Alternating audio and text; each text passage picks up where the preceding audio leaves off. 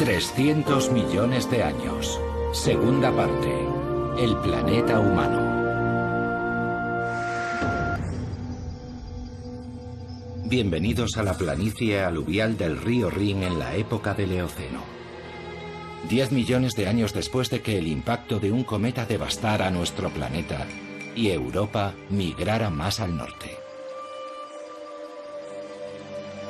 En los climas subtropicales, los mamíferos se habían convertido en los dueños de la Tierra. Aquí, donde más adelante crecerá la uva Riesling, ahora encontramos un exuberante y primigenio bosque tropical. La mitad de los grupos de mamíferos que existen en nuestro mundo ya estaban presentes aquí.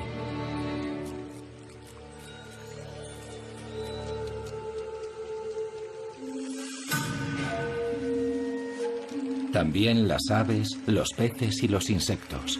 Todo el reino animal era prácticamente el mismo que el de nuestro mundo actual. No en Europa, sin embargo. Actualmente, muchos de los habitantes del Eoceno viven en las regiones tropicales de Sudamérica y Asia. Solo gracias a un volcán conocemos con exactitud qué animales vivían aquí entonces.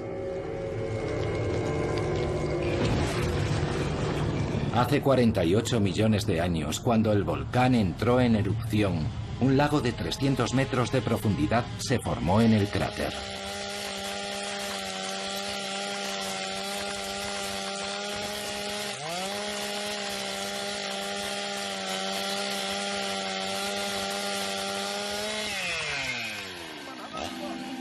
Las plantas y los animales desaparecieron en las profundidades, pero se conservaron intactos en las pizarras bituminosas.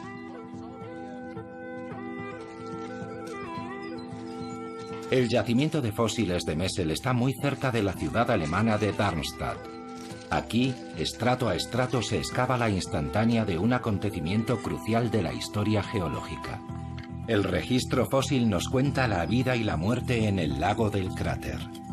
Lo más probable es que los gases tóxicos que emanaban de las profundidades alcanzaran la superficie del agua, causando la asfixia de los animales, que caían al lago y se ahogaban. Se han encontrado muchos murciélagos fosilizados. Debieron de acercarse demasiado a la superficie del agua. En la actualidad, el yacimiento de Messel es Patrimonio de la Humanidad de la UNESCO y una ventana excepcional a la Europa prehistórica. Fue aquí donde se encontró la mano de un primate más antigua. Los fósiles hallados en Messel son asombrosos, verdaderas impresiones de los animales, descripciones de su piel, al igual que de su pelaje y de su plumaje. En ocasiones incluso se conservó el contenido de sus estómagos. El hallazgo más espectacular hasta la fecha data de la década de los 80. Un animal parecido al mono de 60 centímetros de longitud, con una cola muy larga.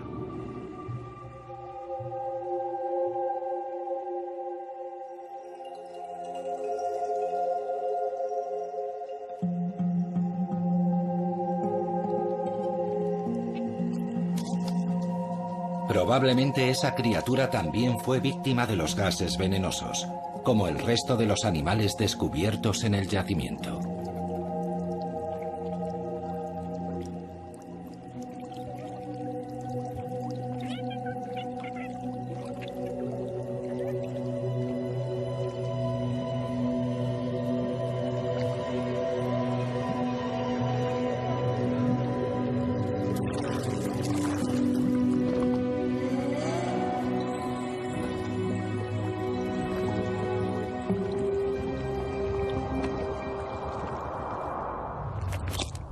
$47 millones de años después, la pequeña dama primate causó un gran revuelo. Bautizada como Ida, durante mucho tiempo fue considerada la progenitora de la raza humana.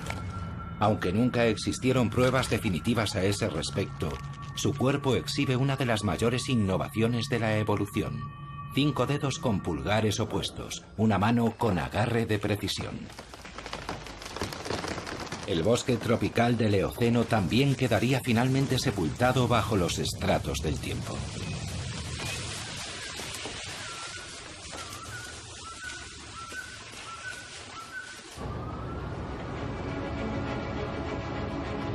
Ahora, cada vez que arañamos la superficie, podemos atisbar fugazmente la prehistoria.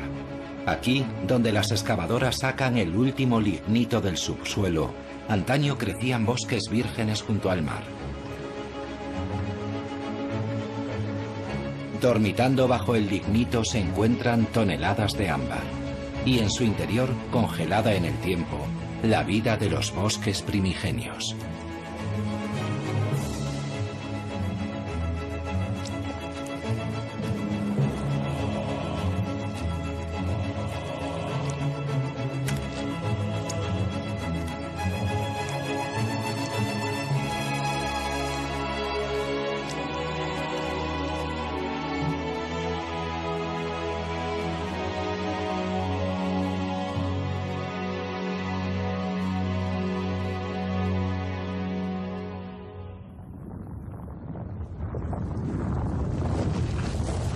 Gran parte de Europa occidental estaba cubierta por una capa reciente de hielo.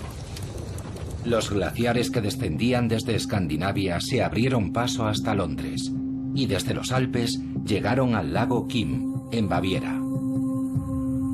Los glaciares formaron y desplazaron tierra y rocas y dejaron tanta agua que vastas áreas del Mar del Norte quedaron anegadas. El Cuaternario, el periodo geológico más reciente, fue una época turbulenta.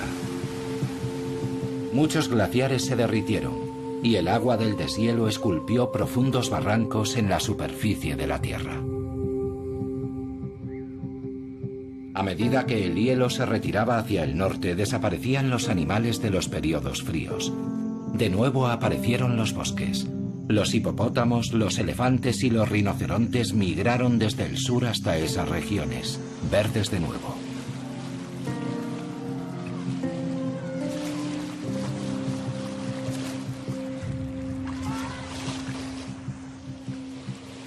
Los ciervos y los elefantes eran vecinos en los afluentes del primitivo Rin.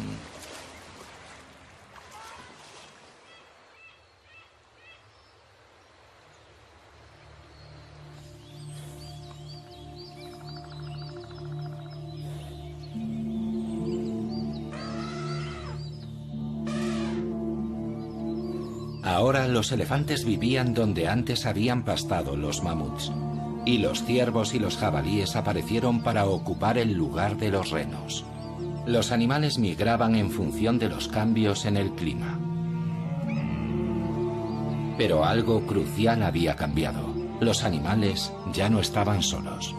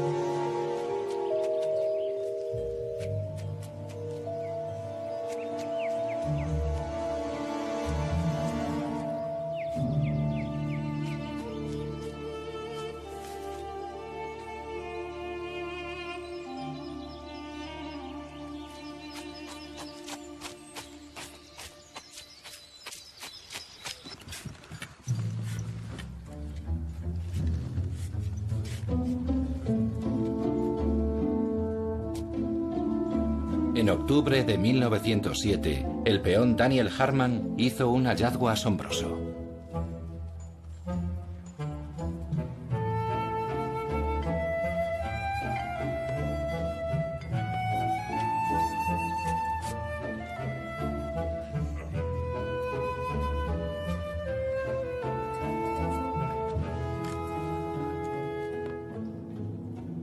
Amigos míos, hoy he encontrado a Adán.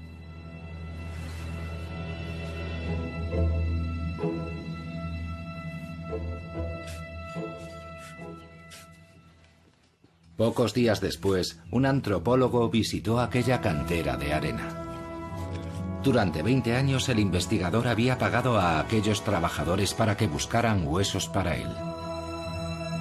Su paciencia y su inversión por fin habían dado sus frutos. ¿Dónde lo encontró exactamente? Allí, en aquella pared. ¿Revisó cuidadosamente ese lugar? Ajá. ¿Y encontró allí algo más? Esto, eso y esto. Ajá.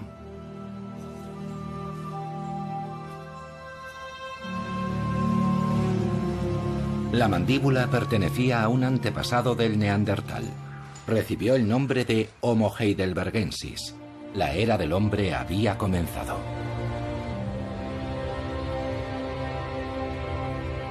El ring medio se formó mucho antes de que los primeros humanos aparecieran en Europa. Los Alpes presionaban desde el sur, creando las tierras altas de Alemania Central. Después, hace 25 millones de años, el océano se retiró de las cordilleras montañosas emergentes, dejando atrás al ring medio. Hasta 10 millones de años después no se conectaría con el Alto Ring. Mucho más tarde aún, apareció el hombre para dejar su implacable huella sobre el paisaje. Durante la industrialización, el Rin, como muchos otros ríos europeos, fue canalizado en todo su curso, remodelando regiones enteras.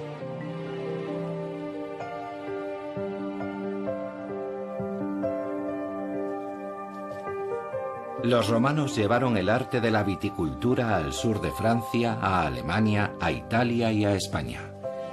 Ellos pusieron los cimientos del éxito del Riesling, el Merlot y el Cabernet.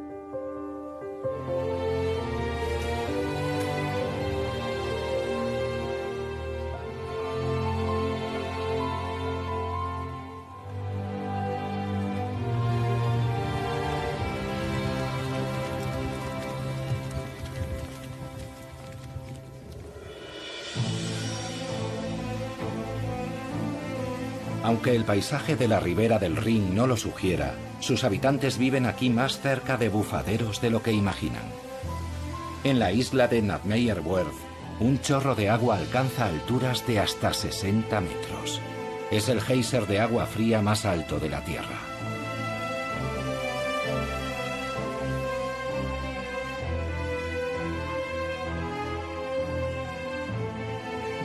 No muy lejos del geyser hay un antiguo cráter, el lago Lajar.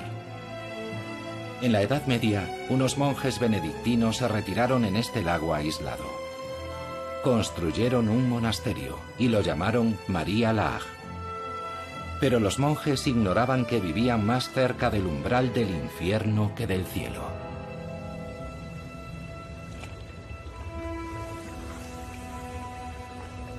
Los volcanes extinguidos de la región de Eifel en Alemania pueden volver a entrar en erupción en cualquier momento, igual que los supervolcanes de Italia. Nadie sabe si será dentro de 10.000 años o el próximo martes. La última vez que el volcán de María Laach entró en erupción, el resultado fue una destrucción de proporciones inimaginables. Las cenizas volcánicas llegaron hasta el sur de Suecia y el norte de Italia.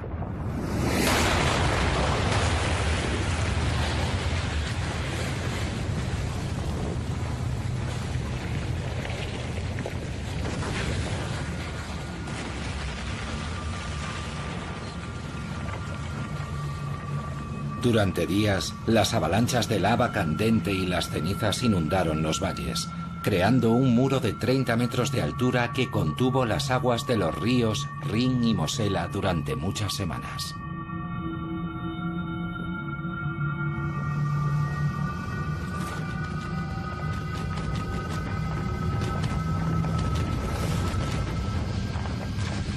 Finalmente, cuando el dique cedió, una gigantesca avalancha de agua corrió río abajo hasta los Países Bajos, arrasando todo lo que encontraba a su paso.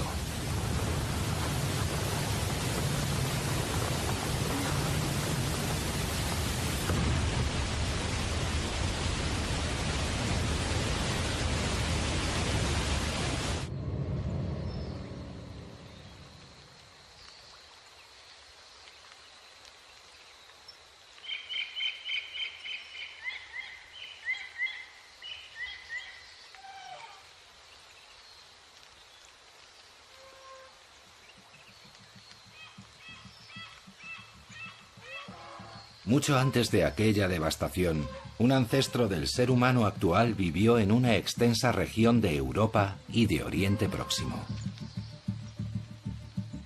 El Homo neanderthalensis, el neandertal.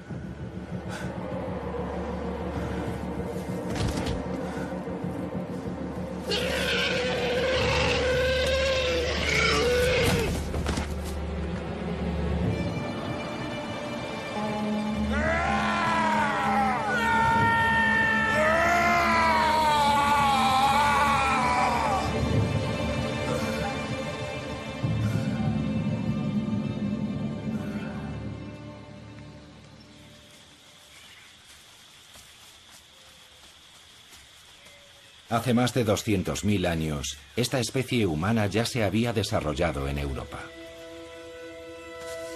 En los periodos más fríos, los glaciares habían obligado al neandertal a levantarse y seguir su camino. Pero finalmente la especie consiguió adaptarse al frío. Durante mucho tiempo se pensó que el neandertal era inferior al hombre moderno en todos los aspectos, pero no es así. Los neandertales sabían encontrar refugios seguros y los mejores territorios de caza.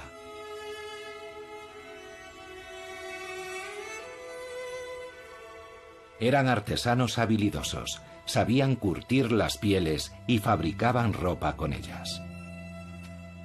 Los neandertales vivían en pequeños clanes diseminados por zonas muy extensas. Pero incluso en los periodos más cálidos, la supervivencia no resultaba fácil.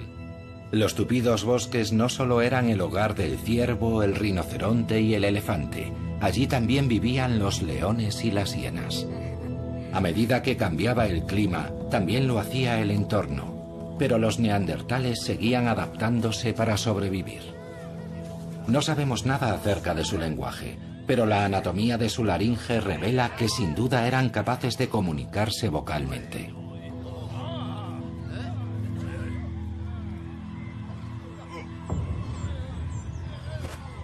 Sus herramientas para cazar eran ya mucho más avanzadas que las del Homo heidelbergensis. Usaban una especie de cola hecha de resina de abedul para sujetar sus afiladas puntas de pedernal a sus lanzas. Una invención brillante. Las evidencias muestran que los neandertales cuidaban de sus enfermos y enterraban a sus muertos. Aún se sigue especulando acerca de por qué el neandertal finalmente desapareció de la faz de la Tierra hace 30.000 años. Durante mucho tiempo se pensó que nosotros descendíamos de los que habían derrotado a esos primitivos, pero al parecer no todos los encuentros entre ellos fueron violentos. El hecho es que compartimos con ellos una porción, aunque muy pequeña, de nuestro material genético. El neandertal sigue viviendo dentro de nosotros.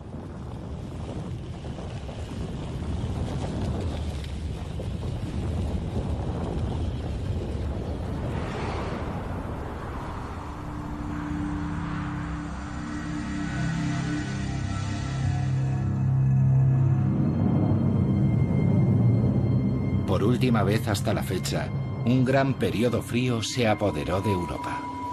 Los lobos y los grandes herbívoros, mamuts, bueyes almizcleros y renos, recorrían por millones las grandes llanuras. A los pies de los glaciares, un viento constante azotaba la tierra. Era el lugar más septentrional en el que había vida. Cuando el frío se hizo demasiado intenso, las manadas tuvieron que migrar.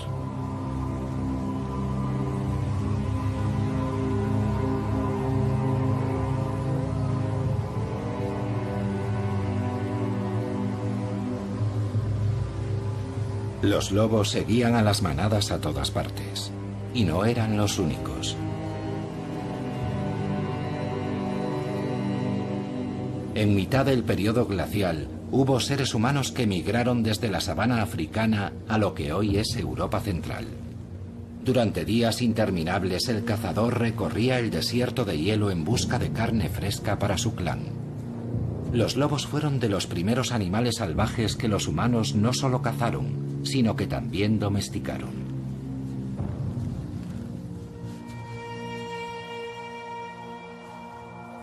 La vida de los cazadores estaba dictada por la migración de las manadas. Cuando los animales cambiaban sus zonas de pastos, los humanos también lo hacían, moviendo sus campamentos a lo largo de las grandes rutas migratorias. Durante el verano, la estepa era un buen territorio de caza. Pero era casi imposible seguir el rastro de los animales durante el invierno, cuando la nieve y el viento borraban sus huellas y desaparecían bajo el manto de nieve.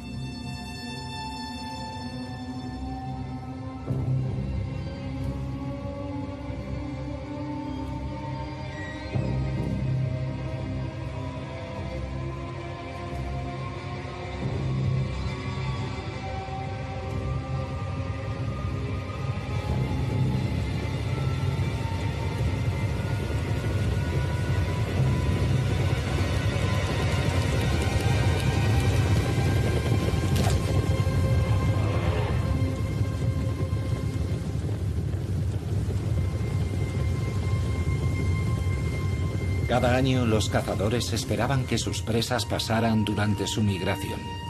Pero las grandes manadas empezaron a desaparecer lentamente y nunca regresaron. Algunas especies se extinguieron por completo, otras abandonaron esos territorios.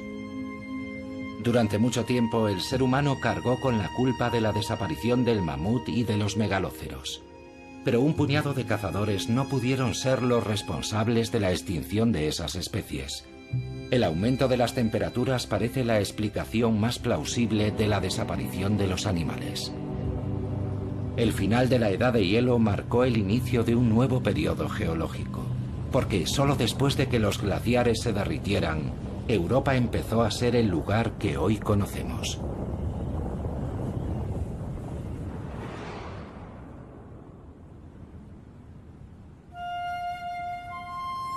El territorio y el carácter del Mar del Norte cambiaron radicalmente. Avanzó más y más hacia el sur, inundando las grandes planicies que antes ocupaban las regiones de los glaciares. Así nació un hábitat completamente nuevo, el Mar de Frisia.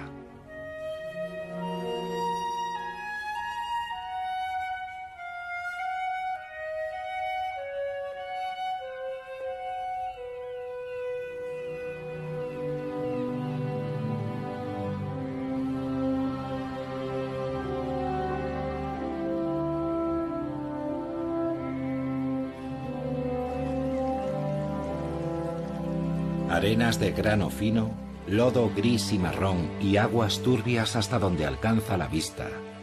Eso es todo lo que el Mar del Norte tiene para ofrecer. Y aún así, el desierto de hielo de hace siglos se convirtió en un hábitat rico y diverso. 2 veces al día las mareas inundan el Mar de Frisia con sus aguas ricas en nutrientes. El lodo ofrece protección y alimento.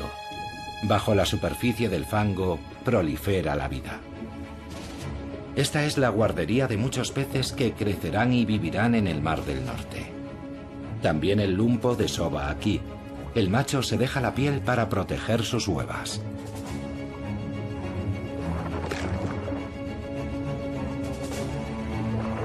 Después de todo, no es su supervivencia, sino la de sus retoños, la que asegurará la supervivencia de la especie.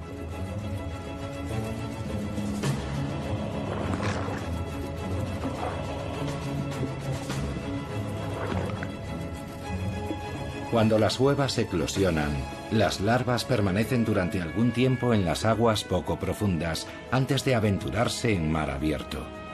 A menudo en las playas aparecen los cadáveres de los padres, muertos por agotamiento.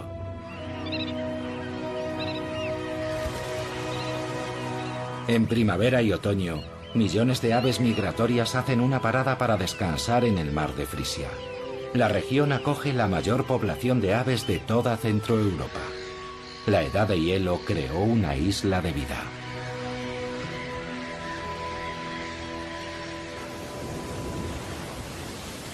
Lejos del litoral, el Mar del Norte se torna muy duro.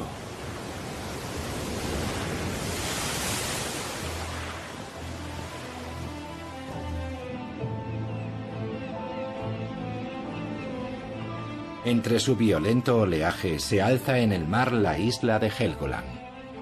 Hace unos 250 millones de años, la isla roja aún formaba parte de un desierto. Es la única escala posible en muchos kilómetros para las aves de paso que necesitan descansar.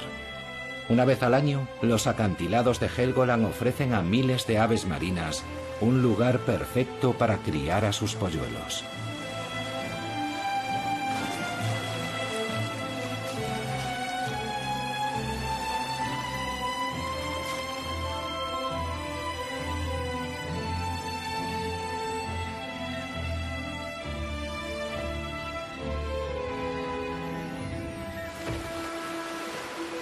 En invierno, cuando hace ya mucho tiempo que las aves migratorias han abandonado la isla, aparecen en la playa las focas grises. Los machos compiten por los mejores sitios, intentando conquistar las zonas de la playa donde las hembras se reúnen para esperar el nacimiento de sus crías.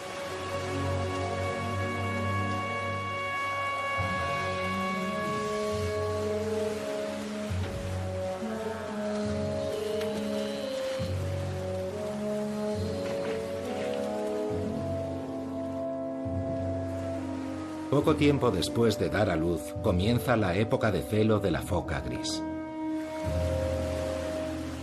Uno tras otro, los machos aparecen en la orilla y compiten por ser los mejores en la batalla por la reproducción.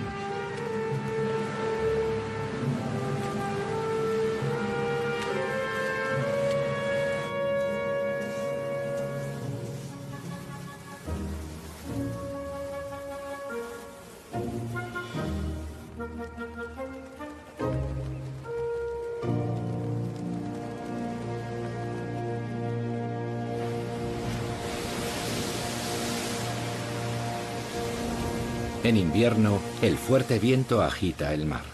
Las altas olas se estrellan contra los acantilados y contra la playa, arrastrando piedras y arena hacia otros lugares. El ser humano intenta detener el proceso.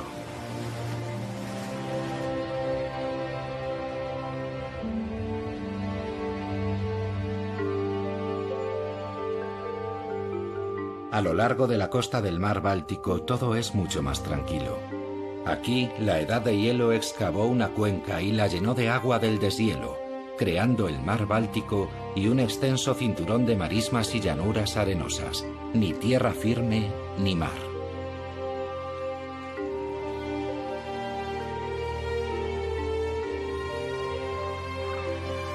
Ajenas a la intervención humana, grandes zonas de la costa del mar Báltico son un santuario para la fauna silvestre.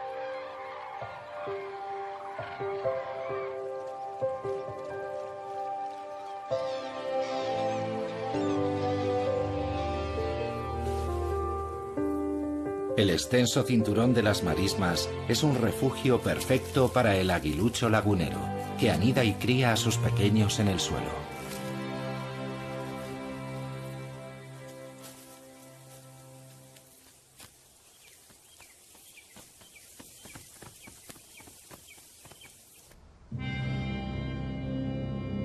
Los acantilados blancos de Rügen también son obra de la Edad de Hielo, que hizo emerger la isla desde las profundidades del mar Báltico.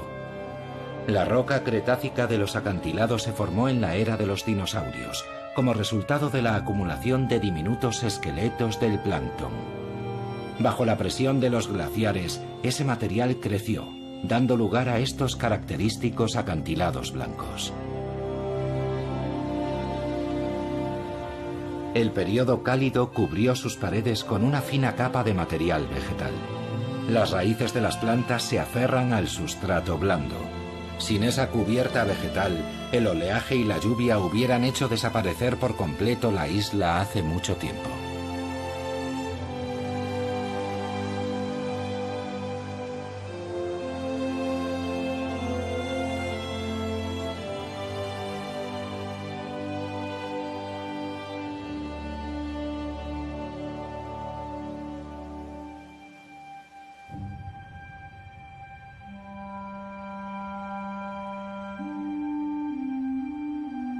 Tras el final de la edad de hielo, las temperaturas ascendieron muy deprisa.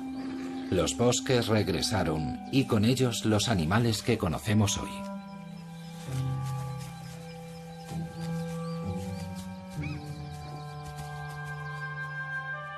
Los grupos humanos que hasta entonces habían sido cazadores-recolectores nómadas empezaron a establecerse y a cambiar su entorno.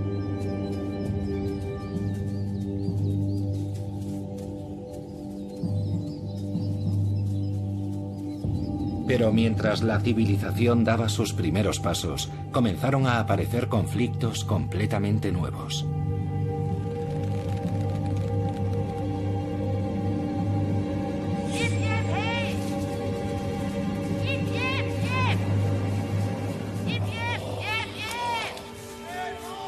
La fauna salvaje ya no era solo una fuente de alimentación. Para los agricultores que cuidaban de sus campos en el inicio de la agricultura, los ciervos eran animales nocivos que tenían que espantar.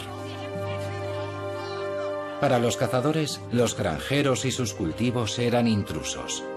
Talaban los bosques y perturbaban sus terrenos de caza.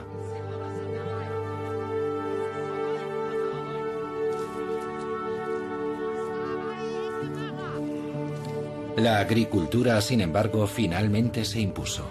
Y con la así llamada revolución neolítica, el ser humano comenzó un proceso dirigido a adaptar la naturaleza a sus propias necesidades.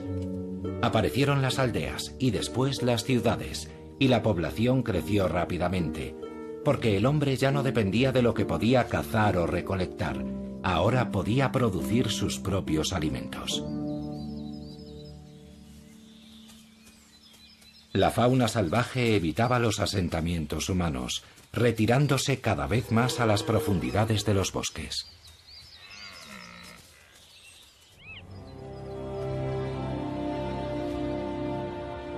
Hoy, las extensas marismas abiertas ofrecen muy poca protección. Pero es aquí donde se reúnen todos los años las aves migratorias para iniciar su viaje al sur. Estas tierras llanas y prácticamente sin árboles proporcionan una buena visión a las aves predadoras, tales como el aguilucho lagunero, que intenta aprovechar al máximo la situación antes de que partan los visitantes veraniegos. Cuando las temperaturas caen y las aves migratorias ya han iniciado su viaje, la quietud invade la costa del Mar del Norte, la marisma más extensa del mundo. El lugar parece tan remoto y deshabitado como lo estaba hace 2000 años. Extensos bosques cubren la mayor parte de Europa occidental, pero a través del Rin, la civilización avanzó rápidamente hacia el norte. Tras conquistar parte de los asentamientos germánicos, los romanos empezaron inmediatamente a construir una red de suministros y de calzadas. Comenzaba así la división, medición y administración de Germania.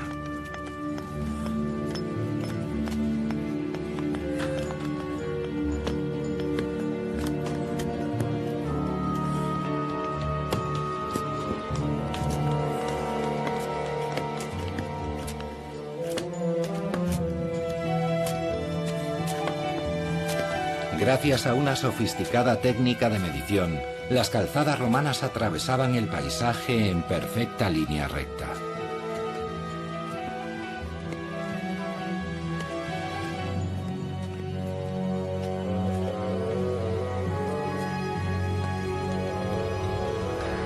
Esas calzadas conectaban los campamentos romanos, que más adelante se convertirían en ciudades, entre ellas Colonia, Maguncia y Coblenza.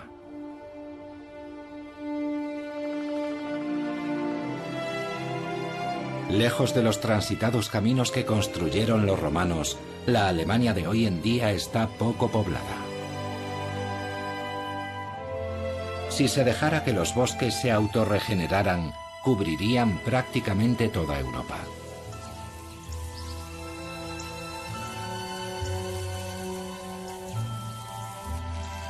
Pero donde viven e intervienen los seres humanos, los huertos de árboles frutales, los campos y los pastos han ocupado gran parte de las áreas forestales.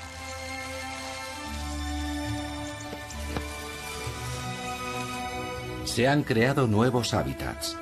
Aquí, el ganado vacuno y lanar y la maquinaria agrícola impiden que los bosques recuperen su territorio.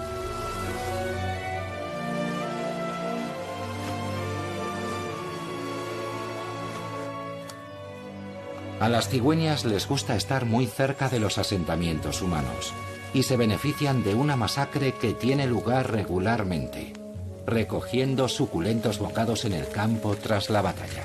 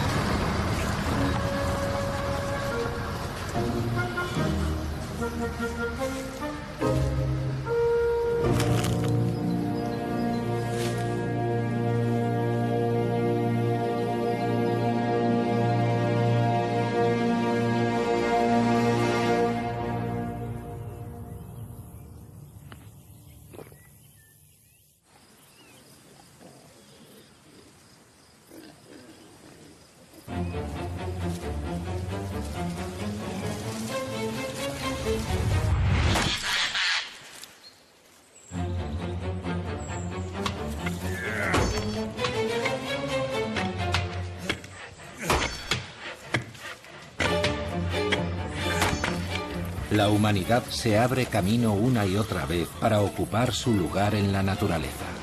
Hasta comienzos del siglo XIX, la madera fue el material más utilizado y prácticamente el único con el que calentarse.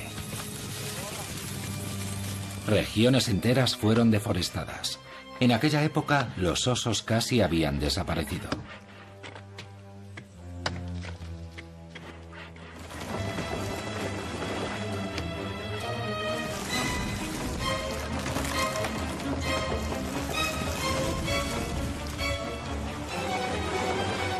Desde la Edad Media, los bosques habían sido utilizados como tierras para el pastoreo, y las hojas que cubrían el suelo se recogían y se usaban como paja en los establos.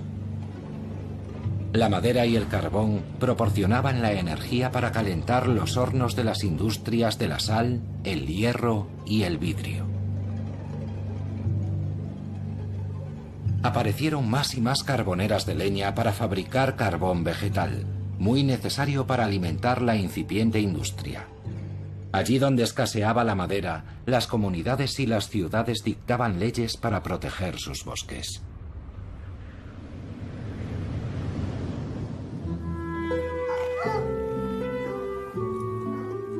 También la aristocracia tomó medidas para frenar la deforestación. La aristocracia rural reclamó extensas áreas forestales y adoptó medidas para conservar los bosques y la fauna salvaje. Pero no por convicciones ecológicas. Los cazadores querían salvar sus imponentes cotos de caza de la destrucción. Sin el deporte de la caza de la nobleza acaudalada, el paisaje alemán hoy sería muy diferente.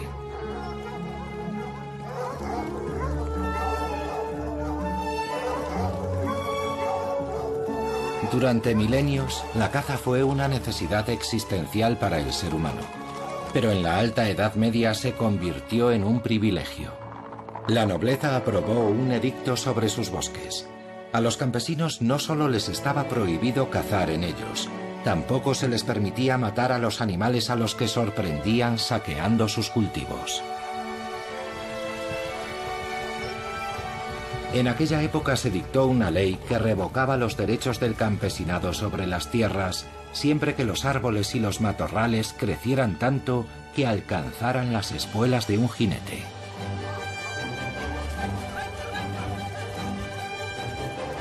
Actualmente la caza no solo sirve para controlar la población de animales, también es una actividad recreativa muy popular.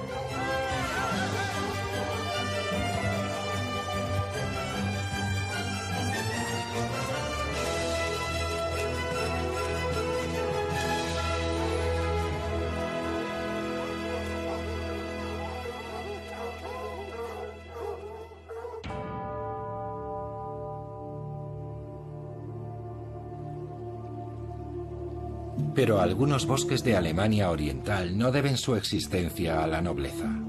La leyenda cuenta que los bosques de Spray, con su laberinto de innumerables canales, son obra del diablo.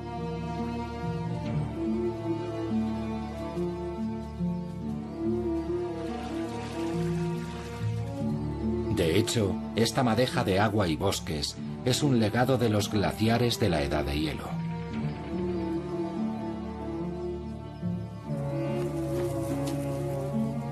Aquí, ocultas en este dédalo acuático, las cigüeñas negras crían a sus polluelos.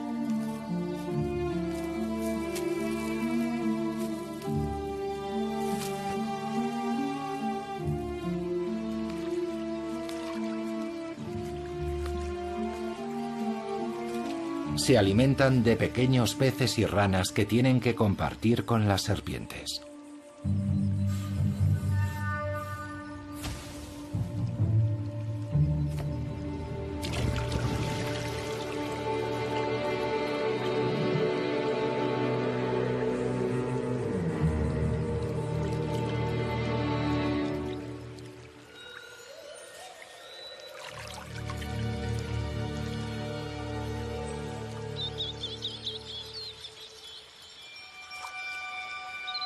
El bosque de alisos de Spray ya no crece solo de forma natural.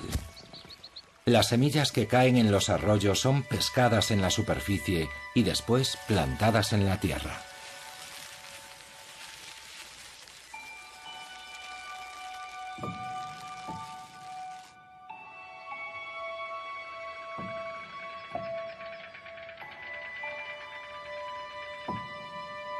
El bosque actual de Spray ya no guarda ningún parecido con su antepasado primigenio.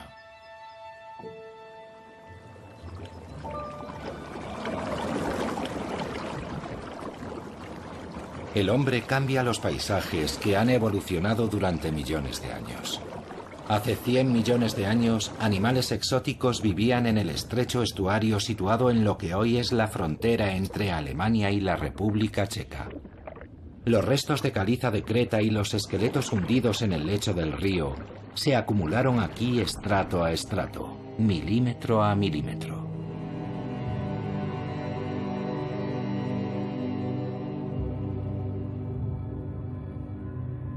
Esa creta, junto con la arena y las rocas depositadas por el viento y el agua, se acumularon formando espectaculares acantilados de arenisca.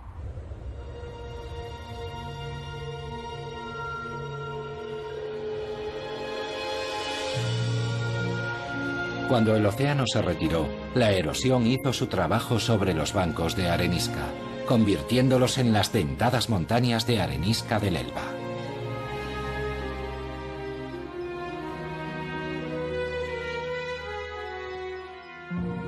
Recorrer estas paredes de piedra, entre los diferentes estratos rocosos, es como un viaje en el tiempo a través de las eras geológicas del continente europeo.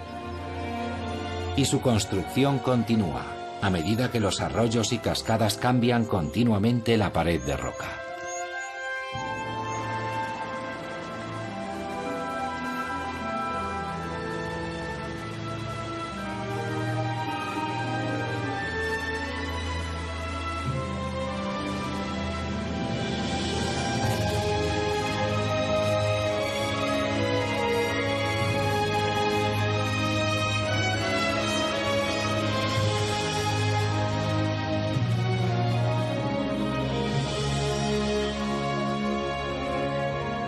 La explotación de esta arenisca comenzó en una fecha muy temprana, en el siglo XI.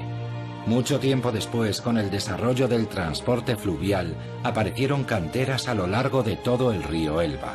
En algunos puntos, las canteras ampliaron el estrecho valle de este río.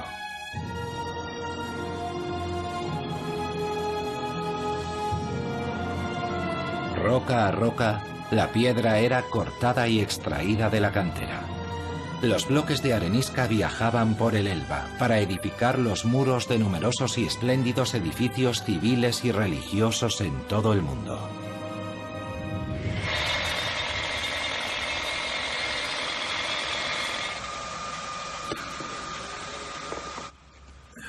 Esa arenisca sigue extrayéndose actualmente y se envía a clientes de todo el mundo.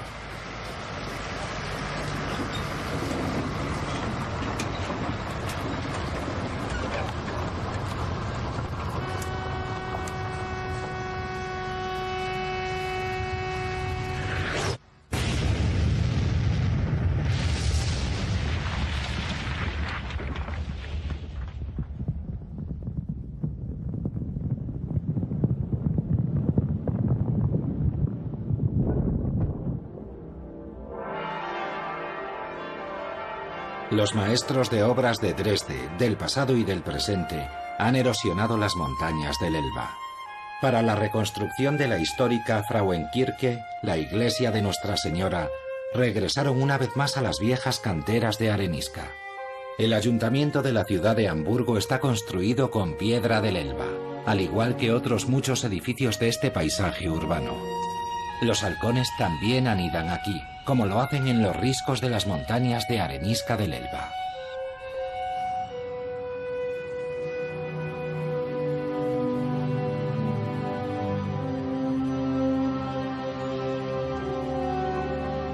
Hace ya mucho tiempo que los animales se encuentran como en su propia casa en este hábitat creado por el hombre. Las grandes ciudades actuales ya no resultan hostiles para la vida. A menudo ofrecen una mayor diversidad de hábitats que el campo que las rodea. Su emblemática catedral y los puentes del Rin son hitos inconfundibles del paisaje urbano de Colonia.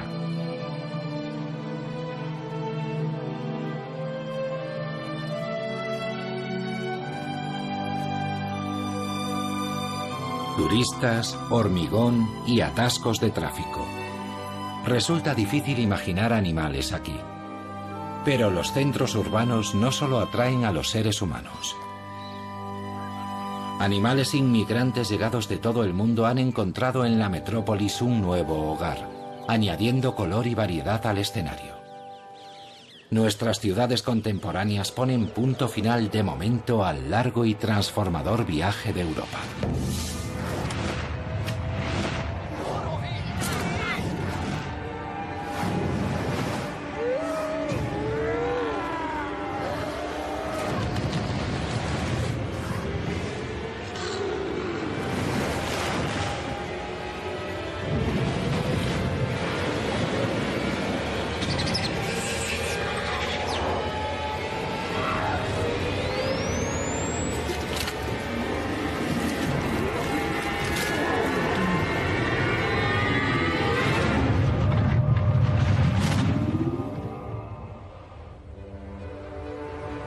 Nuestro viaje ha terminado, pero Europa aún seguirá viajando durante mucho tiempo. Nunca sabremos qué dirección seguirá en el futuro. Tal vez algún lejano día repose en el Polo Norte o bajo el sol ecuatorial. Nosotros ya no estaremos allí para ver si queda atrapada entre dos continentes y se eleva hasta las alturas para luego hacerse pedazos y hundirse en el mar. O si quedará cubierta por una capa de hielo de kilómetros de espesor. Pero una cosa es segura, será una Europa completamente diferente a la que nosotros conocemos hoy.